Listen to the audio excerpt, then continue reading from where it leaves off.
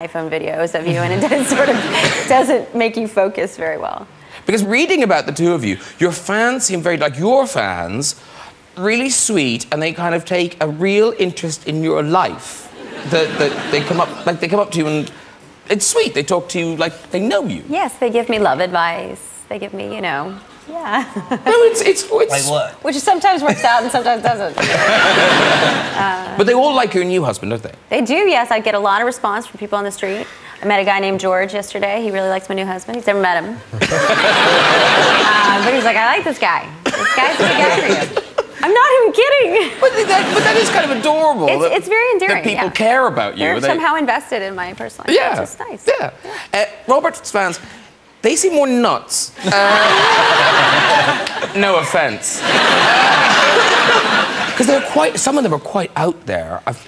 Yeah, I mean, I think they just like... I mean, I think you get it. I have a much more simplistic reaction with fans, I think. It's like, it's like screaming. And so it's kind of... And so it limits it. I think you get... Because, when we've been doing these premieres and stuff, there's, like, an overwhelming amount of energy. And I think it's because if everyone's just trying to do the same thing, they've only got one thing to say, which is just screaming. But, then you can just, really focus all your energy together, and it's really powerful. It's like Excalibur. Or the Captain Planet or something. Have you ever thought of going up to a screaming girl and freaking her out by going, "Hi, what's your name?" No, I always wanted to do a sketch for some comedy show where I'd go down, you'd be at a premiere where everybody was screaming, and go back to this sort of dungeon place, and then you have all these fans locked up. And you put on this German techno music and just scream at them. And then you go up and Zac Efron's at the top of the stairs going in next or something.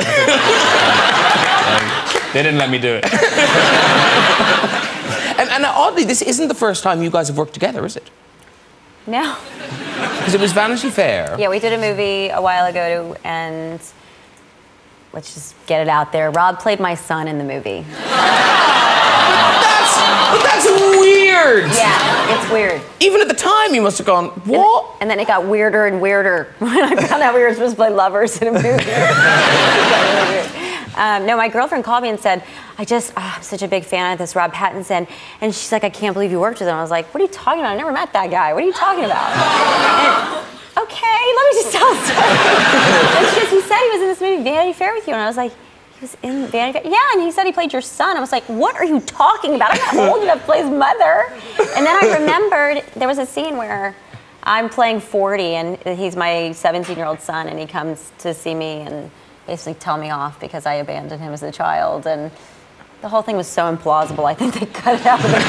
It's nice that you remembered him. Well, it took a while. It's an amazing scene. But you do credit that getting cut out of that movie then led to kind of getting the Harry Potter gig. Yeah, because the casting director invited me to the premiere and forgot to tell me. And me and a friend of mine were both in it, and we had adjacent scenes. And then so I was sitting there waiting for our scene to come. His one came on first. And we were watching it going oh yeah, that was pretty good. And I was expecting my one to be amazing because Reese is weeping in it and stuff, and I was like, wow, I bet it's gonna be so good. Yeah, they got to my bit, and then there was literally a line where she said in the script, someone says to you oh, let's go and see Roddy, and you're like, really? Should I go and do that or something? And yeah, she's like, yes, definitely do that. And then it cuts into our scene. And when I was watching the premiere, I was like, you should go and see Roddy, and no. I was literally watching it, wow, how does this turn around from this point in the scene?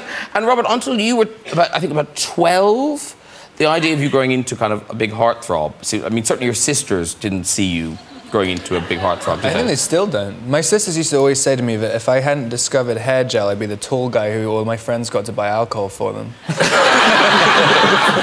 didn't your sisters used to dress you up? I think they just used to give me a ponytail a lot, or I used to give myself one. It's strange, you'd be surprised. My sisters were very abusive. Ponytail? Yeah. How long was your hair? It wasn't very long. I had one of those little rat tails at the end. I used to put Vaseline on it. See, I think I'm being to my son what your sisters were to you, because you look a bit like my son actually, and he likes to have his nails done and his hair done and a little lipstick put in, and I take him on stage with me sometimes, and he does a little song. Am I being pushy? Shappy, I don't know. You know the way the cat ran away? The false eyelashes look great on Lola the cat. But at school now, were you popular with boys and things? Good God, no. Of course not. The whole episode with the royal wedding when I was 8 started it off because my mother made me have a Diana haircut. That was all the rage here, which looked great on cute little blonde girls, but on me I looked like a Lego man. So after that, I tried to do my amazing feats of strength. I tried to show you guys backstage, like with that business and things like that. They're not the milkshake that bring the boys to the yard.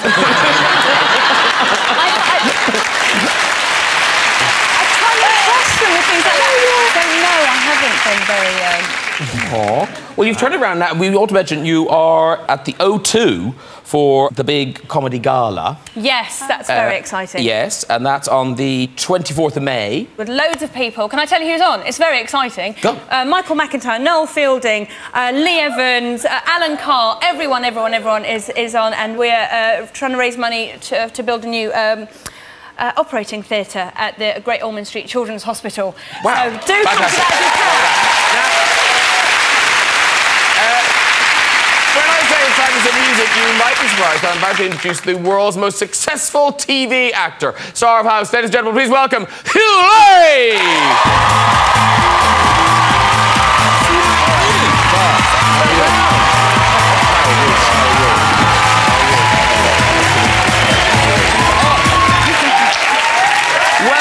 Welcome, your man. I saw my God.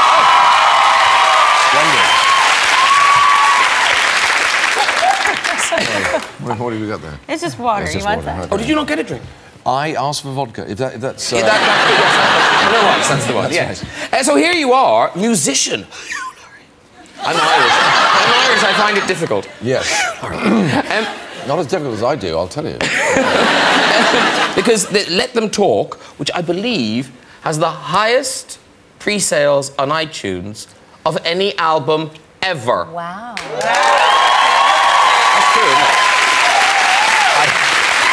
That sounds incredibly unlikely to me, but I'm not going to be the one to contradict you, because why would I do that? Exactly. It's not in my interest. I'm bigging it up. Yes. Thank you. And presumably people have been a bit surprised that kind of British actor has done an authentic blues album recorded in New Orleans. Well, I don't know. You are one of those people, so... I'm surprised. Okay, thank you. Anyone else surprised? I'm surprised. I'm a little surprised. She's a little surprised.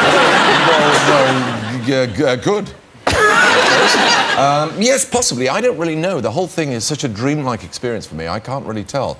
I'm looking forward to reading about it in 5 years' time, when I will, it'll all sort of seem real. Well, I mean, you love music, because even in Friar and Laurie, you were always at the piano and everything. Yes. But is this kind of what you want to do now? It is what I've always wanted to do, actually, and... absurd though it may seem. It's what I've always wanted to do, and of course I've come to it via a rather odd route. But I got this amazing opportunity to sort of reinvent myself, and I took it with both hands. But you're gigging as well, you're gigging. We have done now 3 gigs, yes, 3 of the most frightening experiences of my life. But they went well, though, didn't they? They did go well. They did go well. We've got one more tomorrow night, Saturday, in Manchester, the Manchester Royal College. And then if you fancy a day out, why not go to Paris on the 11th? Correct. Yes. Because what I didn't know is that House in Europe is massive, isn't it? It is rather large. It is rather substantial. Yes. I can't account for it because it seems to be such a wordy show, such a sort of densely wordy show that I can't imagine how it gets translated well enough. I mean, shows where people, which involve guns and, get in the car or get out of the car or, that kind of thing. Yeah.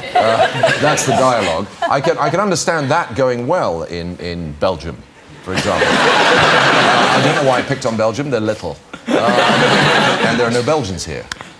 No, there aren't.